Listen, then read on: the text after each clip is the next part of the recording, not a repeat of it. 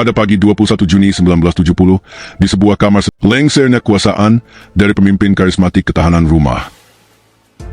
Setelah peristiwa G30 SPKI 1965 yang hingga kini diselimuti kabut kontroversi, apakah kudeta murni, provokasi, atau bagian dari permainan intelijen yang lebih besar, Soekarno kehilangan kendali kekuasaan secara bertahap namun sistematis.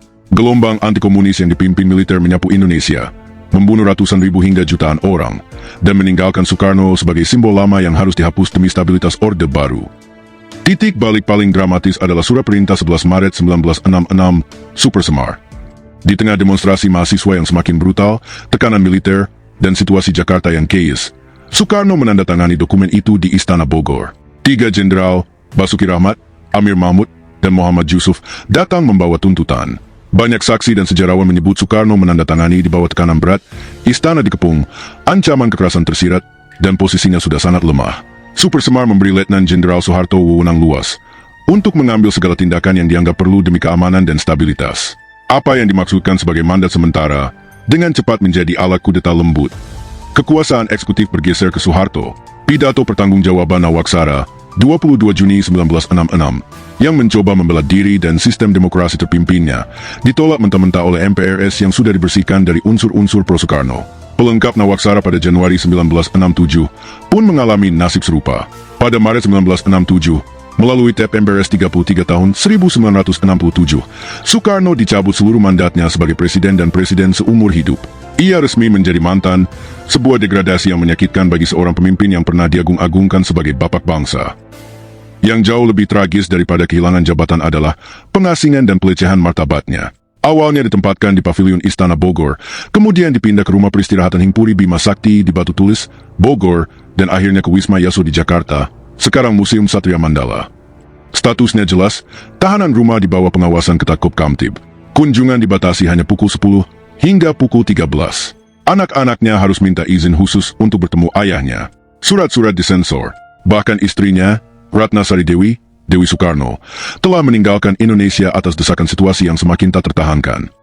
Ramawati Soekarno Putri dalam memoarnya Bapakku Ibuku menggambarkan dengan pilu transformasi dramatis itu. Ayahnya, yang dulu dikelilingi ribuan massa, diplomat, dan diskusi intelektual hingga larut malam, kini hidup dalam kesunyian yang menyiksa. Pengasingan atas diri Bapak merupakan beban mental dalam dirinya, tulisnya. Soekarno yang dikenal humoris, suka bercanda, bermain kartu remi dengan taruhan korek api, atau berpidato berapi-api selama berjam-jam, kini sering termenung sendirian, berbicara pada dirinya sendiri, dan menangis diam-diam. Ia pernah memohon izin sederhana untuk berkeliling kota atau sekadar menghirup udara bebas. Permintaan itu berulang kali ditolak. Kesepian itu, menurut Ramawati, lebih mematikan daripada penyakit fisiknya. Ini bukan sekadar transisi kekuasaan biasa. Ini adalah pembungkaman sistematis terhadap founding father oleh rezim yang lahir dari chaos yang ia tinggalkan. Soeharto dan sekutu militernya sadar betul. Selama Soekarno masih bernapas dan bisa berbicara, karisma serta popularitasnya tetap menjadi ancaman legitimasi Orde Baru. Pengasingan bukan hanya soal keamanan negara, melainkan strategi desoekarnosasi, menghapus ingatan kolektif akan pemimpin yang pernah mengguncang dunia dengan pidato-pidatonya di PBB, membangun Pancasila, dan menyatukan bangsa yang beragam.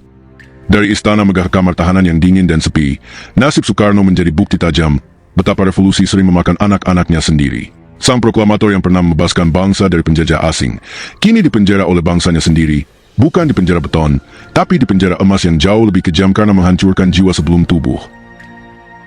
Sakit fisik yang diperparah pembiaran politik. Secara medis, Soekarno memang telah lama menjadi korban penyakit-penyakit degeneratif yang parah. Sejak awal 1960-an, ia menderita urolithiasis atau kencing batu kronis yang sangat menyiksa. Ginjal kanannya sudah mati total, sementara ginjal kirinya hanya berfungsi sekitar 25%. Selain itu, ia mengidap gangguan peredaran darah otak, serebral, hipertensi berat, masalah jantung, serta rematik yang semakin kambuh karena udara dingin dan lembab di Bogor. Ia sempat menjalani pengobatan intensif di Wina, Austria, pada 1961 dan 1964, di bawah Profesor Dr. Kaffelinger. Dokter Austria itu bahkan menyarankan operasi pengangkatan ginjal kiri, tapi Soekarno menolak dan lebih memilih pengobatan konservatif serta tradisional. Kondisi ini sudah mengkhawatirkan sejak masa kejayaannya, tapi aktivitas kepresidenan yang padat dan semangat revolusionernya membuat ia sering mengabaikan gejala. Namun, tragedi sesungguhnya dimulai saat kekuasaan bergeser. Di masa pengasingan, tim dokter kepresidenan lama yang setia dibubarkan. Perawatan menjadi sangat terbatas dan birokratis. Baru pada 1968 terbentuk tim dokter baru di bawah pimpinan Profesor Dr. Mahar Mardjono, neurolog, dengan anggota seperti Maijen Dr. Rubiono, Profesor Dr. Utama, urolog, dan lainnya. Meski demikian, banyak kesaksian menyebut penanganan tidak optimal. Dr. Mahar Mardjono sendiri mencatat keluhan-keluhan menyayat hati Soekarno. Suatu kali, dengan suara lemah, Soekarno bertanya, "Apa salah saya? Kok saya diperlakukan begini?" Ada malam di mana Soekarno menangis terseduh-seduh di pundak dokter tersebut, hanya karena keinginan sederhana untuk jalan-jalan atau menghirup udara bebas di luar Wisma Yaso, ditolak mentah-mentah. Interogasi berulang dari aparat Kopkamtib tentang keterlibatannya dalam G30 SPKI semakin menekan mentalnya, seperti penyiksaan psikologis yang tak kasat mata.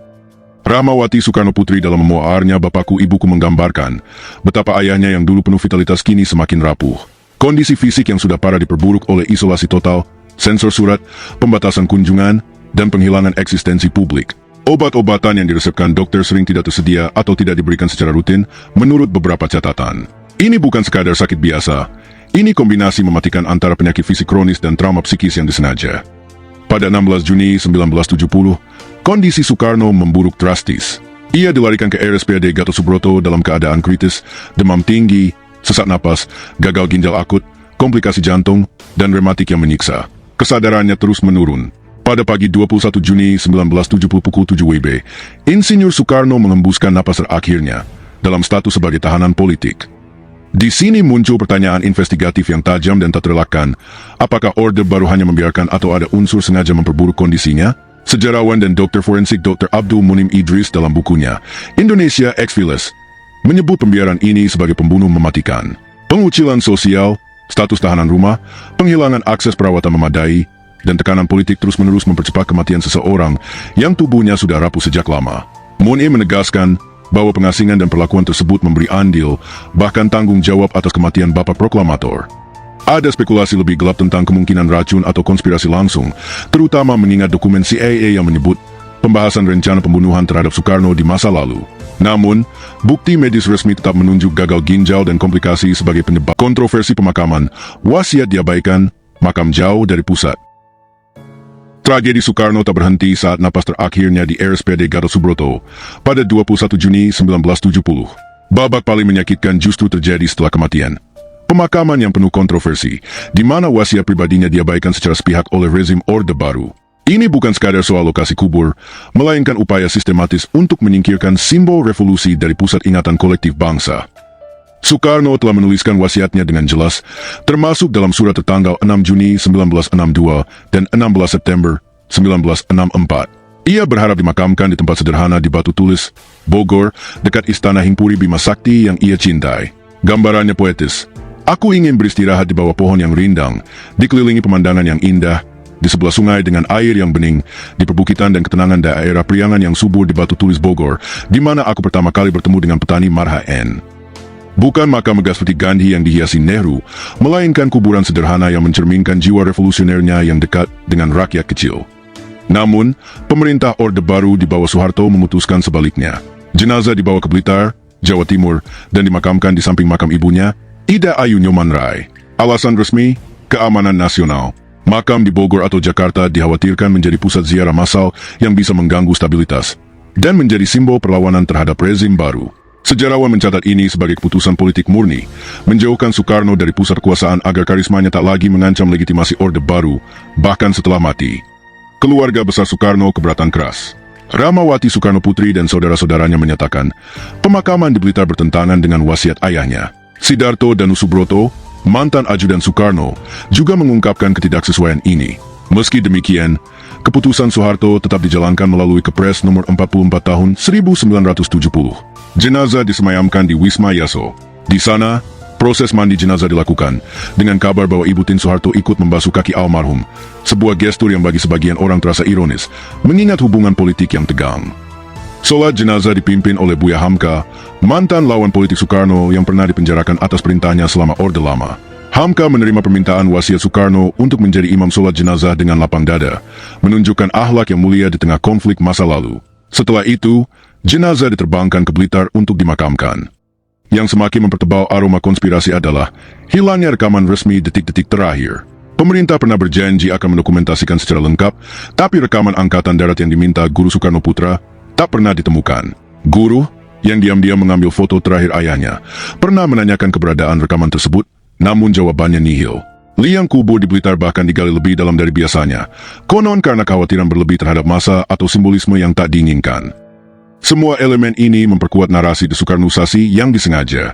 Soekarno, founding father yang pernah mengguncang dunia, harus dihapus dari pusat Jakarta dan Bogor, tempat kekuasaan dan kenangan revolusi.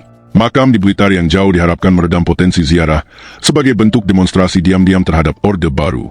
Ironisnya, upaya ini justru gagal total. Makam Blitar tak menjadi tempat peziarah jutaan orang, dan nama Soekarno terus hidup sebagai simbol perlawanan. Kontroversi pemakaman ini bukan catatan kaki sejarah semata. Ini adalah bukti tajam bagaimana kekuasaan baru seringkali lebih takut pada maya pendahulunya daripada musuh hidup. Soeharto memilih menjauhkan Soekarno bukan karena cinta pada ibunya, melainkan karena ketakutan politik yang mendalam. Tragedi ini meninggalkan pertanyaan abadi. Hingga kapan sebuah bangsa boleh mengkhianati proklamatornya sendiri demi mempertahankan kekuasaan? Pelajaran dari tragedi yang belum tuntas.